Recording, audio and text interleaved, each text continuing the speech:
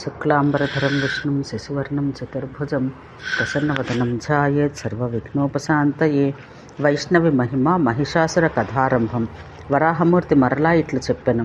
మందిరమునకు తపస్సుకై అరిగిన ఆ రజోగుణం వల్ల ఏర్పడ్డ పరమశక్తి వైష్ణవి కౌమార వ్రతధారిణి అయి ఒంటరిగా విశాల అనే చోట తపస్సు చేయుచుండెను.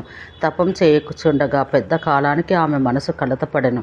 ఆ క్షోభ వల్ల నిర్మలము కన్నులు, నల్లని నొక్కుల జుత్తు, దొండపండు వంటి పెదవులు, నిడుపాటి కన్నులు, మొలనూలు గల నడుములు, మ్రోయిచున్న అందులు గల పాదములు, వెలిగిపోతున్న దేహకాంతి యుగల కుమారీజనులు పట్టుకుని వచ్చిరి.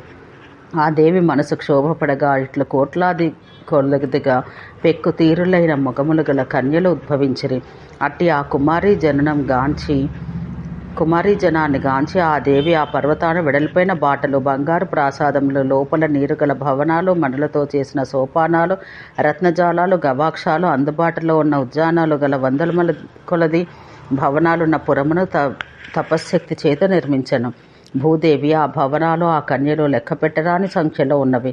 ప్రాధాన్యాన్ని బట్టి ఆ కన్యల నామాలు చెప్పెదను. విద్యుత్ ప్రభ, చంద్రకాంతి, సూర్యకాంతి, గంభీర, చారుకేసి, సుజాత, ముంజకేసిని, ఘృతాచి, ఊర్వశి, శిశిని, శీలమండిత, చారుకన్య, విశాలాక్షి, స్తనపుష్టి గల ధన్య, చంద్రప్రభ, గిరిసుత, సూర్యప్రభ, అమృత, స్వయంప్రభ, చారుముఖి, శివదూతి, విభావరి, జయ, విజయ, జయంతి, అపరాజిత, వీరును ఇంకను వందల కొలది కన్యలు ఆ ఉత్తమపురాను నివసించిరి. వీరందరూ ఆ దేవిని వెంట నుండి ఉంటురు. పాసమును, అంకుశాన్ని ధరించేవారు మంచివారు వారందరూ కొలచి ఉండగా ఆ దేవి సింహాసనాన కూర్చుండి తెల్లని వింజామరతో స్త్రీలు విసరుచుండగా కౌమార వ్రతాన్ని దాల్చి తపస్సు చేయుటకు ఉద్యుక్త అయ్యను. యవనాన ఉన్నది పూజ్యురాలు, చక్కని దేహపుష్టి ఉన్న అంగములందును అర్చించబడినది. ఋషులు, దేవతలు మొదలగు వారి నమస్కారములు కొనుచున్నట్టుదిని, శ్రేష్ఠులకు కన్యలు పూజ చేయనట్టుది అయి ఆ దేవి విరాజిల్లుచుండెను. ఇట్లా ఆ దేవి సర్వాంగ భోగములో కలది అయి తపస్సు చేయుచుండగా బ్రహ్మ కుమారుడు నారదుడు అక్కడికి వచ్చెను. తపస్సే ధనంగా కలవాడు బ్రహ్మతనేడు అతన్ని చూసి త్వరగా ఆ దేవి విద్యుత్ ప్రభ అను సఖితో అతనికి ఆసనం ఇమ్ము, కాలు కడుక్కొంటకు నీరు, త్రావటకు జలము త్వరగా ఇమ్మోని పలికెను. ఇట్లా దేవి పలకగా విద్యుత్ ప్రభ నారదునికి ఆసనం, పాద్యం, అర్ఘ్యం నివేదించెను. ఆసనం స్వీకరించి వినయంతో ఉన్న నారదముని గాంచి ఆ దేవి గొప్ప సంతోషంతో ఇట్లు పలికెను. ఓ మునిశ్రేష్ఠ, నీకు స్వాగతం. ఏ లోకం నుండి ఇక్కడికి విచ్చేసితివి? నీ పని ఏమి? నీకు నేను చేయవలసిందేమి? నీకు ఆలస్యం జరగరాదు, చెప్పుము అనుచు ఆ దేవి ఇట్లు పలకగా లోకజ్ఞుడగు నారదుడు, ఓ దేవేసి తల్లి, బ్రహ్మలోకం నుండి ఇంద్రలోకానికి వెళ్ళి అటు నుండి రౌద్రాచరమున కరిగి అటు నుండి నిన్ను దర్శించుకున్నటకై నీ కడకు వచ్చి తిని అని పలికి కాంతిశాలియగు ఆ నారదుడు ఆ దేవిని పరికించి చూసెను. ఒక్క ముహూర్తం ఆ దేవేశిని పరికించి నారదుడు అచ్చరువందను. ఆహా, ఏమి రూపం, ఏమి కాంతి, ఏమి ధైర్యం, ఏమి వయస్సు, ఏమి నిష్కామత అని మనసును చింతించెను. దేవతలు, గంధర్వులు, సిద్ధులు, యక్షులు, కిన్నరులు, రాక్షసులు అను జాతులలో కానీ ఇంకా ఏ ఇతర స్త్రీలలో కానీ ఇటు రూపం ఎందునూ లేదు అని మనసును భావించి నారదుడు విస్మయం పొందెను. వరదరాలకు ఆ దేవకి దండ ప్రణామం గావించి ఆకాశమునకు ఎగిరెను. తొందరతో దైత్యరాజు పాలించి పురి కరిగెను. ఆ పురి మహిషపురం సముద్రం లోపల కలదు. అక్కడికి ఆ పూజడరిగి దున్నపోత ఆకారం గల ఆ రాక్షసరాజును చేరుకొనను. వరములు పొందిన వీరుడు దేవసైన్యాన్ని పెద్ద మొత్తంలో రూపుమాపిన వాడాగు ఆ రాక్షసుని చూసి భక్తితో అతడు చేసిన పూజలు అందుకుని లోకములందు తిరుగుచుండు ఆ ముని ప్రీతి నంది తాను దేవతాపురంను చూచిన ఆ దేవి సర్వోత్తమ రూపం గురించి ఉన్నదున్నట్టు వక్కానించెను. రాక్షసరాజా, ఒక కన్యారత్నాన్ని గురించి సావధానుడవై వినము. వరదానం వల్ల ఆమె చరాచరమగ 3 లోకముల సముదాయాన్ని సాధించినది. దైత్య, నేను బ్రహ్మలోకం నుండి మందరగిరి కరిగితిని. అందు వందల కొలది కన్యలతో బిలబిలలాడు దేవీపురమును గాంచితిని. అందు ముఖ్యురాలకు కన్య తపస్సు చేస్తున్నది, వ్రతం పూని ఉన్నది. దేవతల్లో, దైత్యుల్లో, యక్షుల్లో అట్టి ఆమెను నేనెక్కడా చూడలేదు. ఈ బ్రహ్మాండం నడమ నేను తిరుగులాడుచు అట్టి కన్యనొక్క దాన్ని కూడా నేనెన్నడూ కాంచన అయితిని. దేవజాతి వారు, గంధర్వులు, ఋషులు, సిద్ధులు, చారణులు, ఇతరులకు రాక్షస నాయకులు అందరూ ఆమె కడ పడిగాపులు పడి ఉన్నారు. వరములసగు ఆ దేవుని గాంచి వెంటనే నేను ఇక్కడికి పరివెత్తి వచ్చి తిని దేవతలను, గంధర్వులను గెలవక ఆమెను ఒక్కడునూ గెలవజాలడు అని ఇట్లు పలికి ఒక్క క్షణం అక్కడ నిలిచి అతని వేడుకొని ధీశాలయగు నారదుడు ఆ క్షణాన అంతర్ధానం చెందెను. మహిషుడు దేవతలపై దండెత్తుట ఇంకను వరాహదేవుడు ఇట్లు చెప్పెను. నారదుడు ఇట్లు పోగా దైత్యుడు అచ్చరువందిన మనసుతో ఆ నారదుని ముఖము నుండి విన్న ఆ సుందరుని గురించే చింతించుచుండెను. ఆ దైత్యవరుడు ఆమెనే చింతిస్తూ సుఖం పొందడాయను. మహామంత్రి మహాబలుడగు అలంశర్మ తక్కిన మంత్రులను పిలిపించెను. అతనికి గొప్ప నీతివేత్తలు, సూర్యులు, పెక్కు శాస్త్రాల్లో ఆరితేరిన వారగు మంత్రులు 8 మంది కలరు. ప్రగసుడు, విఘసుడు, శంఖకర్ణుడు, విభావనుడు, విద్యున్మాలి, సుమాలి, క్రూరురగు పర్జన్యుడు అనువారు. వీరు అతనికి ముఖ్యులైన మంత్రులుగా ప్రసిద్ధికి ఎక్కినారు. వారు కొలువున్న ఆ రాక్షసరాజు వద్దకు వచ్చి తమ ఏలికను గాంచి పని ఏమో సెలవిమ్మని పలికిరి. వారి ఆ పలుకు విని మహాబలుడకు దానవేంద్రుడు నారదుని వల్ల పొందిన నిశ్చయం కలవాడు కావున కన్యాలాభం ఆశించి ఇట్లా పలికెను. నారద మహర్షి నాకు ఒక బాలను గురించి చెప్పాను, కానీ దేవతల ప్రభువును గెలవక ఆ వరాంగన లభించదుట. మీరందరూ విమర్శించి హేతుపూర్వకంగా ఆలోచించి ఆ బాల నాకెట్లు వశమగునో, దేవతలను ఎట్లోడింతునో అదంతయు నాకు త్వరగా తెలుపుడు.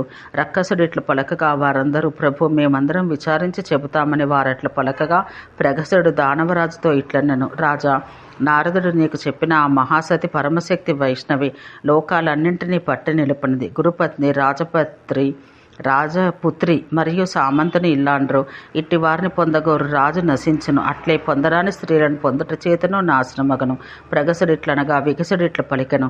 ప్రగసుడు ఆ దేవుని గురించి లెస్సగా పలికెను. నా బుద్ధికి ఒకటి తోస్తున్నది, అందరికీ అది నచ్చితే చేయవచ్చును. జయింపగోరు వారెల్లవేళలా కన్యను వరింపవలను, కానీ ఎన్నటికీ కన్యను స్వతంత్రించి బలాత్కరించరాదు. మీకు ఈ మాట రుచించినచో మంత్రివర్యులారా, మంత్రులందరూ అక్కడికి వెళ్ళి ఆ దేవుని యాచింపనగును. ఆమెకు దొడ్డ బుద్ధి గల చుట్టమ్మకడున్నచో సామమార్గాన యాచింతము. తర్వాత దానం ప్రయోగింతం. అటుపై భేదం అదియో కుదరనిచో దండం ప్రయోగింతం. ఈ వరుస పద్ధతిలో ఆమె వశం కాని ఎడల అప్పుడు సాధనాలు సమకూర్చుకుని ఆ సుందరిని బలంతో పట్టుకుందాము. విఘసుడు ఇట్లనగా దక్కిన మంత్రులందరూ ఆ మాట కొనియాడుచు సంతోష వాక్కులతో ఇట్లనరి. విఘసుడు ఆ కాంతను గురించి లెస్సగా పలికెను. అదే త్వరగా చేయదగింది. అచ్చడికి ఒక దూతను పంపవలను. సర్వశాస్త్రాలను నీతిని చక్కగా ఎరిగినవాడు, పవిత్రుడు, పరాక్రమవంతుడకు దూతను పంపి అతని వల్ల ఆ దేవి వర్ణము, రూపము, గుణములు, పరాక్రమం, పాటవం, ధైర్యం, బలం, చుట్ట పక్కములు, సాధన సంపత్తి, స్థానము మొదలగు వారిని అన్నింటినీ చక్కగా తెలుసుకుని అటుపై కార్యమునకు దిగవలను అని పలికి వారందరూ మంత్రుల్లో ఉత్తముడగు ఆ విగసుని పలుకులను, ఆ విగసుని మేలుని పొగడిరి. అట్లు ప్రశంసించి వారందరూ గొప్పవారు, గొప్ప మాయలు ఎరిగిన వాడు ఉత్తముడగు విద్యుత్ ప్రభుని దూతగా ఎన్నుకున్నారు. అట్లా దూతను పంపిన పిదప విగసుడు ఇట్లా పలికెను. ప్రభు, దానవ ప్రభువులందరూ చతురంగ బలంతో సంసిద్ధులై దేవసైన్యంపై విజయం సాధించవలెను. అసురేంద్ర, దేవతలందరూ విరిగిపోగా దేవేంద్రుడు నేను చేరగా ఆ నీ పరాక్రమానికి భీతిలిన్నదై ఆ కన్య నీకు వశమగను. లోకపాలురందరూ మరుతుల గణాలు, నాగులు, విద్యాధరులు, సిద్ధులు, గంధర్వులు, రుద్రులు, వసువులు, ఆదిత్యులు అన్ని విధాలుగా అందరూ నీకు ఓడిపోగా నీవే ఇంద్రుడవగదువు. ఇంద్రుడవగు నీకు దేవగంధర్వ భామినులుగా కన్యలందరూ అన్ని విధాలుగా వశమవుతారు. ఆ కన్యయు నీకు లొంగిపోవును. అతడట్లు పలకగా మహిషదైత్యుడు కారుమయులు వంటి వన్నె కలవాడు, కాటుక కొండ వంటి కాంతి కలవాడు ఒక విరూపాక్షను తన సేనాపతిని చూసి ఇట్లా పలికెను. ఏనుగులు, గుర్రాలు, రథాలు, పదాతులు గల సైన్యాన్ని వెంటనే సమాయత్తపరచుము. దానితో దేవతలను, గంధర్వులను యుద్ధంను గెలవరాని వారిని గెలిచెదను. అతడు ఇట్లా పలకగా విరూపాక్ష సేనాపతి వెనువెంటనే అంతులేనిది, ఓటమి ఎరగనిది అగు మహాసైన్యాన్ని రప్పించను. ఒక్కొక్క రక్కసుడు యుద్ధాన వజ్రం చేపట్టిన ఇంద్రునికి ఎనయగువాడు. ఒక్కొక్క దేవరాజును తన బలంతో గెలువటకు తొడలు కొట్టుచుండును. ఆ ముఖ్యుల సేనలు అర్బుదములు 9 కోట్లు. అందే ఒక్కని ఎవరిది ఎదిరించినను మొత్తం సేన అండగా నిలుచును. దొడ్డ దేహబలం గల రక్కసులు వేల పోటుగాండ్రి యుద్ధానికి సిద్ధపడిరి. దేవసైన్యాన్ని నమిలి మింగవలనన్న కోరికతో పయనమేరి. విచిత్రములకు వాహనాలు, పెక్కుతీర్లకు ధ్వజ పతాకాలు, విచిత్రములకు ఆయుధం కలవారై దేవతలను గెలుచుటకై ఆ రాక్షసులు పెక్కు భయంకర రూపాలతో, భయంకరములకు ఆయుధాలతో, చేతులతో ఎత్తిపట్టి నృత్యం చేసిరి. దేవతల ఓటమి. పిమ్మట వరాహదేవుడు ఇట్లు చెప్పెను. ఇష్టమైన రూపం తాల్పగలవాడు, గొప్ప బలం కలవాడగు మహిష రాక్షసుడు మదించిన ఏనుగునెక్కి మేరు పర్వతానికి ప్రయాణం కట్టెను. అంతటా అతడు ఇంద్రుని పురమును ముట్టి దేవతలతో పాటు దేవేంద్రుని తరిమి కొట్టెను. అంత దేవతలందరూ కోపావేశం పొందిరి. తమ శస్త్రాలను వాహనాలను పెద్దగా కొని దైత్యులను నిలువరించి ఆనందపు పొంగుతో వారి వెంట పడిరి. ప్రచండులకు యోధులు ఒకరిపై ఒకరు గర్జిస్తున్న వారును వారికి ఒడలు గగుర్పాటు కలిగించి మహాసంకులమైన సమరం జరిగెను. అందు అంజనుడు, నీలకుక్షి, మేఘవర్ణుడు, వలాహకుడు, ఉదారాక్షుడు, లలాటాక్షుడు, సుభీముడు, భీమవిక్రముడైన స్వర్భానుభాను 8 రక్కసులు యుద్ధమున వసువులను తరిమికొట్టిరి. వసువులు 8 12 దైత్యులు 12 ఆదిత్యులను తరిమికొట్టిరి. వారిని వివరించేదను వినుము. భీముడు, ధ్వంసుడు, ధ్వస్తకర్ణుడు, శంకుకర్ణుడు, వజ్రకాయుడు, గొప్ప వీర్యం కల విద్యున్మాలి రక్షకుడు, భీమదంష్టుడు, విద్యుజ్జేహుడు, అధికాయుడు, మహాకాయుడు, దీర్ఘబాహువు, కృతాంతుడను 12 దైత్యులు ఆదిత్యులను పూర్ణ త్రోల్రి. అట్లే ఇతర రాక్షసులు 11 మిక్కిలి కోపం కలవారై తమ సైన్యాలను కొనిపోయి రుద్రుని 11 తరిమివేసిరి. కాలుడు, కృతాంతుడు, రక్తాక్షుడు, హరణుడు, మిత్రహుడు, అనిలుడు, యజ్ఞహుడు, బ్రహ్మహుడు, గోఘ్నుడు, స్త్రీఘ్నుడు, సంవర్తకుడు అని ఈ 11 దైత్యేంద్రుడు యుద్ధాన ఒడలెరుగని వారు భయంకర శౌర్యం కలవారు అదే సంఖ్య గల రుద్రులను ఎదుర్కొన్నారు. మిగిలిన దేవతలను మిగిలిన రక్కసులు దొరికిన వారిని దొరికినట్టు ఎదుర్కొన్నారు. మహిష రాక్షసుడు స్వయంగా దేవేంద్రునితో తలపడి పోరాడను. ఆ దైత్యుడు మిక్కిలి బలం కలవాడు, బ్రహ్మవరం వల్ల పొగరెక్కినవాడు, స్వయంగా పినాకం తాల్చిన శివుడెత్తి వచ్చినను యుద్ధంను వధింపరా అనివాడు. ఆదిత్యులు, వసువులు, సాధ్యులు, రుద్రులు అను దేవజాతుల వారు లెక్కపెట్టరాని సంఖ్యలో రాక్షసుల్ని పరిమార్చిరి. దేవతల సైన్యాలు కూడా రక్కసుల చేత నాశనమైనవి. ఇట్లు దేవేంద్రుడు విరిగి పారిపోగా దేవతలందరూ చెల్లాచెదరేరి శూలములు, పట్టిసములు, ముద్గరములు మొదలగు పెక్కు విధములకు ఆయుధాలతో నలగొట్టబడిరి. దేవతలందరూ బ్రహ్మలోకానికి వెళ్ళిరి. మహిషాసుర వధ, దేవీ స్తుతి. వరాహదేవుడు ఇట్లు చెప్పెను. అంత మహిషుడు దూతగా పంపిన విద్యుత్ప్రభుడు దేవీ సమీపాన కరిగి ప్రణమిల్లి భక్తియుక్తుడై 100 కొలది కన్యలతో ఉన్న ఆమె ఆస్థానంను వినయం కలవాడై ఆ సుమధ్యతో ఇట్లు పలికెను. దేవి, మొదటి సృష్టిలో జలమందు పుట్టిన సంపార్సుడని ఋషికలుడు. అతడు సారస్వత మహర్షికి మిత్రుడు. అతనికి గొప్ప తేజస్సు, ప్రతాపం కల సింధుద్వీపుడని కొడుకు పుట్టెను. అతడు మహిష్మతి అను గొప్ప పట్టణంన తీవ్రమగు తపస్సు చేసెను. అట్లు నిరాహారుడై మహాఘోర తపం ఆచరిస్తున్న అతనికి మాహిష్మతి అని కూతురు జన్మించెను. ఆమె విప్రచిత్తికి అక్క రూపంలో సాటి లేనిది, దేవకన్య వంటిది. ఆమె చెల్లెలతో కూడి ఒకనాడు విహరిస్తూ అనుకోకుండా మందర పర్వతపు లోయలో పెక్కు విధాల చెట్ల వరుసలు కల అంబరుడని పేరుగల ముని తపోవనాన్ని చేరుకొనెను. ఆ మహాత్ముని తపోవనం పెక్కు పొదరిండ్లతో పెక్కు విధములకు పొగడలు, గజనిమ్మలు, మంచి గంధపు చెట్లు, సాలములు, సరళములు, విచిత్రములకు తోటలు మొదలగు వానితో అలంకృతమై ఉండెను. అట్టి అందమైనది శుభమైనది అగు ఆశ్రమ పదమును గాంచి ఆ రాక్షస కన్య మాహిష్మతి, నా సఖులందరూ నన్ను మిన్నగా మన్నించుచుండగా ఈ తాపసుని భయపెట్టి స్వయంగా నేనే ఇందు క్రీడించుచూ నిలిచిపోయేదను అని తలపోసి ఆ దేవి చెల్లెలతో పాటు మిక్కిలి వాడి అయిన కొమ్ములు దాల్చి మహిషగా అయ్యను. సుందరమ్మకు మొగం గల ఆ రాక్షసి చెల్లులతో పాటు అతని భయపెట్టుటకై అరిగెను. అంత ఋషి జ్ఞాననేత్రంతో ఆమెను గుర్తించి క్రోధం పెచ్చురేగగా ఆ అసురకన్యను శపించను. నన్ను గేదె రూపదాల్చి భయపెట్టిన కారణంగా ఓ పాపకర్మురాల 100 ఏండ్లు గేదెవు కమ్ము. అట్లు పలకగా ఆమె చెల్లెలతో పాటు వణికిపోతూ శాపం తీరుదారి చెప్పమని మరలా పలుకుచు అతని పాదాలపై పడెను. ఆమె ఆ మాట విని ఆ ముని కరుణ కలవాడే శాపం తీరుటకు అంగీకరించి, మంచిదానా, నీవు ఈ స్వరూపంతోడని ఒక కొడుకును కని శాపాంతం పొందుతావు. నా వాక్యం అబద్ధం కాదని పలికెను. అతడట్లు పలకగా ఆమె సింధుద్వీప మహర్షి ఘోర మగు తపస్సు చేసిన ఉత్తమముగా నర్మదా తీరమున కరిగెను. అక్కడ ఇందుమతి అని ఒక దైత్యకన్య మహారూపవతి వివస్త్రై జలమున మునుగుచు ఆ ముని కంటపడెను. అంత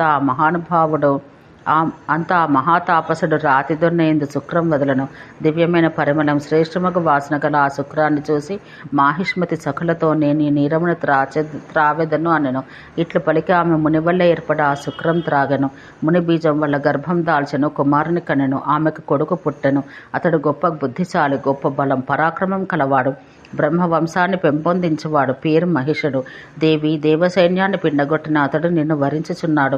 అతడు దేవతలను యుద్ధాన్ని గెలిచి మిక్కిలి ప్రతీతి కలవాడై పుణ్యరాలా నీకు 3 లోకముల నొసగను. నీవు నన్ను ఇచ్చుకొంట ద్వారా గొప్ప కృత్యం ఆచరించము అని ఇట్లు దూత పలకగా ఆ శోభన ఆ పరమదేవి నవ్వి ఏమీయో పలకకుండెను. అట్లు నవ్వుతున్న ఆమె కడుపులో ఆ క్షణాన ఆ దూత చరాచరాత్మకమైన 3 లోకాలను చూసెను. అతడు తల తిరిగిపోయాను.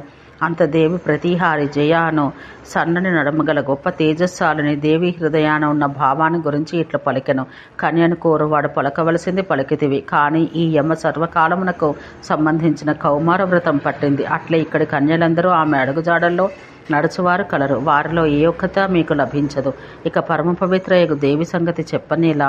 ఓ ఈ దూత, త్వరగా నీకిక్కడ ఏదో మూడకముందే పొమ్ము అని ఇట్లు పలకగా ఆ దూత వెడలిపోయాను. ఇంతలో మహాముని నారదుడు పెద్దగా నృత్యం చేస్తూ వడివడిగా అక్కడకు విచ్చేసెను. భాగ్యము భాగ్యమనుచు ఆ శుభలోచనయగు దేవుని గురించి పలుకుచు మంచి మన్నన గలవాడై పరమాసనాన కూర్చుండెను. ఆ మహాతాపసుడు సర్వేశ్వరియగు ఆ దేవికి ప్రణమిల్లి ఇట్లు పలికెను. అమ్మా, దేవతలందరూ ప్రీతినందు నన్ను పంపగా నీ కడకు వచ్చి తిని. దేవి, మహిషుడను రక్కసునికి దేవతలందరూ ఓడిపోయిరి. ఆ దైత్యరాజు నేను చేపట్టుటకు ప్రయత్నం చేసి ఉన్నాడు. మంచి ముఖ సౌందర్యం గల ఓ తల్లి మహాదేవి, దేవతలు నీకు ఇది తెలుపమని నన్ను పలికిరి. నీవు గట్టిగా నిలబడి ఆ రక్కసుని పరిమార్చము. ఇట్లు పలికి నారదుడు వెనువెంటనే అంతర్ధానం చెంది తన ఇచ్చవచ్చిన చోట కరిగెను. దేవి ఆ కన్యలందరినీ సిద్ధం కండని పలికెను. అంతా ఆ పుణ్యాత్ములకు కన్యలందరూ దేవి ఆజ్ఞ వల్ల కత్తులు డాళ్ళు విండ్లు చేతుదాల్చి ఘోర రూపం కలవారే యుద్ధానికి దైత్యం రూపమాపుటకు సిద్ధపడిరి. ఇంతలో ఆ రక్కసుని సైన్యమంతా దేవసేనను వదిలి గొప్పదేగు స్త్రీ బలం ఉన్న చోటకి పరుగున వచ్చెను. గొప్ప ఆత్మధైర్యం గల ఆ కన్యలు రక్కసులతో పోరి క్షణంలో వారి 4 అంగములు గల సేనను అంతటినీ కూలవేచిరి. అందుకొందరి తలలు పగిలి నేల కూలినవి, మరికొందరు రొమ్ములను చీల్చి క్రూర మృగాలు నెత్తురు త్రాగినవి, మరికొందరు మొండెములు మాత్రం మిగిలిన దైత్య నాయకులు నృత్యములు గావించిరి. ఇంకను మిగిలిన వారందరూ మహిషాసురుడున్న చోటికి పారిపోయిరి. అప్పుడు పెద్దదియగు ఆ రాక్షస సేన హాహాకారం చేసెను. ఈ గందరగోళాన్ని చూసి మహిషుడు, సేనాపతి, ఇవేమి ఎదుటినే నా సేన నాశనం ఆయనని పలికెను. అప్పుడు యజ్ఞహనుడు అను రక్కసుడు ఏనుగు రూపం గల ఆ కన్యలందరూ ఈ సేనను సర్వవిధాలా విరిచి ప్రోవులు పెట్టెనని పలికెను. అంత మహిషుడు గద చేపట్టి చక్కని కనులు గల ఆ కన్యలందరినీ మహావేగంతో తరుముచూ వచ్చెను. దేవతలు గంధర్వులు పూజిస్తున్న ఆ దేవి ఉన్న చోటికే వాడు పరిగెత్తుచూ వచ్చెను. ఆమె ఇట్లు వచ్చి పడుచున్న రక్కసునికని 20 చేతులు కలది అయ్యను. విల్లు, కత్తి, శక్తి, బాణములు, శూలము, గద, గొడ్డలి, డమరువు, పెద్ద గంట, శతగ్ని, ఇనుపగుదియ, ఘోరమైన భుసుండి, ఈటె, రోకలి, చక్రము, బిందిపాలము, దండము, పాసము, ధ్వజము, పద్మము అను ఈ 20 చేతులతో పట్టుకుని సింహం ఎక్కి చక్కగా కవచం మొదలగు వాణ్ణి ధరించి ఆ దేవి సంహారకారుడు భయంకరుడు అగు రుద్రుని స్మరించెను. అంత ఎద్దు ధ్వజంగా గల రుద్రుడు తనకు తానే అక్కడికి వచ్చెను. ఆమె అతనికి ప్రణమిల్లి ఇట్లు విన్నవించెను. ఈ దైత్యులందరినీ నేను గెలుతును. దేవదేవ సనాతన, నీవు చేరువలో ఉన్న చాలును అని పలికి ఆ అసురులందరినీ ఆ పరమేశ్వరు గెలిచెను. ఆ మహిషి నొక్కని వదిలి తక్కిన మూకనంతటిని చంపివేచి వానిపై ఉరికెను. ఇంతలో వాడును ఆమెను గాంచి ఆమె వైపుకి దుమ్మికెను. ఒక్క ఏడ ఆ దైత్యరాజు పోరాడును, కొండకచో పారిపోవును, మరొకవేళ యుద్ధం చేయను, మరొకవేళ మానివేయును. ఇట్లా ఆమెతో పోరుతున్న అతనికి 10,000 దివ్య వత్సరాలు గడిచిపోయాను. బ్రహ్మాండమంతా బెదరుగుండతో కదిలిపోయాను. అంత పెద్ద కాలానికి శతశృంగ మహాపర్వతాన ఆ తల్లి పాదాలతో ఆక్రమించి ఆ ఘోర దైత్యుని శూలంతో పొడిచి చంపెను. ఖడ్గంతో వాని తల కోసెను. అట్లో దేవి ఆయుధం పడటం వల్ల ఆ మహిషంలో ఉన్న ఒక్క పురుషుడు వాని దేహం నుండి వెలువడి స్వర్గంను కెరిగెను. అంత బ్రహ్మతో పాటు దేవతలందరూ ఓడి చచ్చిన మహిషిని గాంచి సంతసించిన హృదయంతో దేవినిట్లు స్తుతించిరి. పూజ్యురాల దేవి, ఎరుగుటకు అడవి కాని తత్వం కలదానా, భయంకరంగా కానవచ్చు ఓ దేవి, జయం నందుచున్న తల్లి, సిద్ధాంతాన్ని నెలకొల్పు మాత, 3 కన్నుల దాన, అన్ని వైపులా ముఖములు గల ఓ అమ్మా, నీకు నమస్కారం. అమ్మా, నీవు విద్యవు, అవిద్యవు, జయవు, పూజ్యవు, మహిషాసురుని మర్ధించితివి, అంతటా ఉందవు, సర్వదేవతలకు ఈశ్వరు, విశ్వమంతా నీ రూపమే. ఓ విష్ణుశక్తి, నీకు ప్రణతి, నిన్ను శోకమంటదు, నీవు స్థిరమైన దానవు, తామర రేకుల వంటి చక్కని కన్నులు గల ఓ దేవి, శుద్ధ సత్వరూపం గల వ్రతమందున్న దానవు, చండరూపవు నీయది, నీవు రాత్రి రూపినివి, సంపదను సిద్ధిని ఒసగదవు, విద్యవు, అవిద్యవు, అమృత స్వరూపినివి, మంగళ రూపవు, శంకర, విష్ణు, బ్రహ్మల శక్తులన్నీ కలదానవు, సర్వలోకంలో నీకు నమస్కరించును.